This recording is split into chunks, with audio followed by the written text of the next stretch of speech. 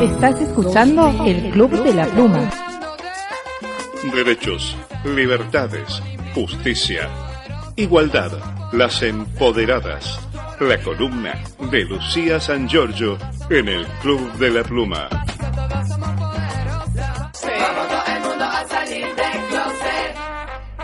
Es así, tenga muy buenos días, compañera Lucía San Giorgio, ¿cómo le va? ¿Qué tal? Buenos días, Norbert, todo muy bien, por suerte. Bueno, me llamó la atención el título de tu columna, che. Sí, la verdad que, bueno, yo vengo a machacar una vez más con que lo espiritual es político, y me parece importante, y sobre todo por este hermoso hábito de no cederle terreno a la Iglesia Católica, repensar un poco qué significa para las personas, para todas las personas, ¿no? Como seres humanos, como seres espirituales, qué significan estos momentos del año que están marcados por un fuertísimo simbolismo, no solo en el cristianismo e incluso en la Pascua judía, sino en las diferentes culturas y las diferentes religiones que ha habido en las diferentes regiones de la Tierra. Empezando por las culturas mayas, por ejemplo, donde hasta su arquitectura giraba en torno a las épocas del año, de forma que en los equinoccios, que son esos días del año en donde la cantidad de horas de luz y de sombra son iguales, que pasa en el otoño y en la primavera, también cambia el ángulo de luz y el recorrido del sol en el cielo, y a través de cálculos de cuál era ese recorrido, en esta época en particular del año había uno de los templos, el de la serpiente emplumada, que las luces y sombras de su templo formaban la imagen del dios. Entonces, yo sé que muchos se están preguntando, pero ¿por qué estamos hablando de estas cosas? Y bueno, pero porque es importante repensarnos. Digamos, mi rama favorita del feminismo es la de Simone de Beauvoir, y no porque sea un cliché, sino porque es existencialista. Es decir, que primero y ante todo nos entendemos como seres que en primera instancia somos conscientes de nuestra existencia, y después todo lo demás se va dando entre la interacción con el mundo y con nosotras mismas, y obviamente con las demás personas.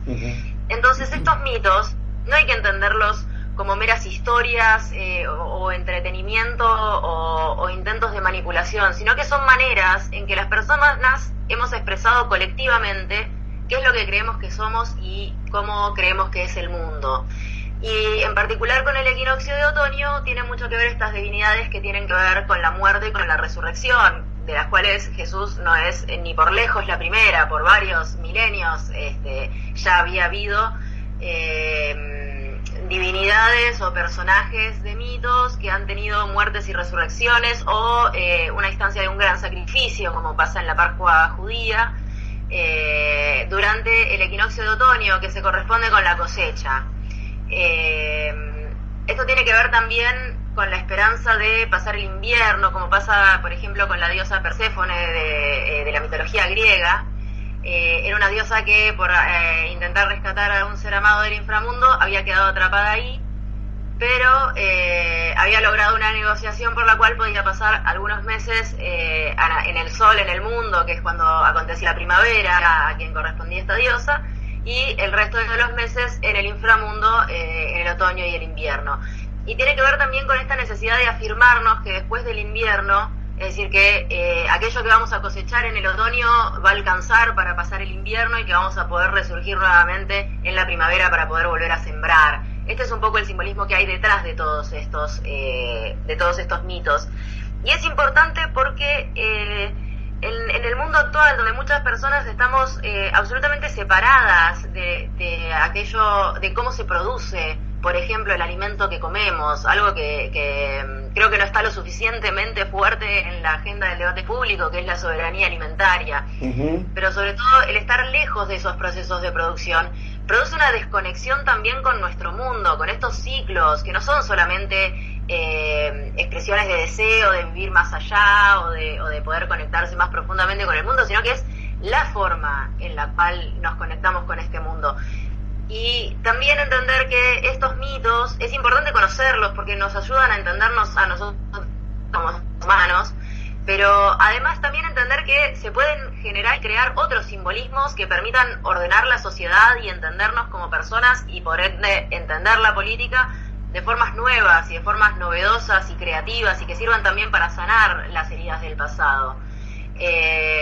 Mira, pensando en esta columna también pensaba que no es casualidad, creo que es lo que Carl Jung llamaba coincidencias significativas, que el 24 de marzo coincida con la época del equinoccio. El equinoccio, si bien es el día específico en el cual la luz y la sombra pasan igual tiempo, tiene que ver más con una época en lo religioso, porque no es el día exacto, sino todas las acciones que se hacen previas a ese día y posteriores, y el cambio que significa en el propio año pasar de una etapa a la otra. Y entender que el 24 de marzo es también nuestra forma de tomar eso que trataron de esconder y de ocultar en la sombra y de sacarlo a la luz. Y bueno, en cierta forma de resucitar, de mantener vivos, de alimentar el recuerdo de los que ya no están, pero que de ninguna manera queremos olvidar.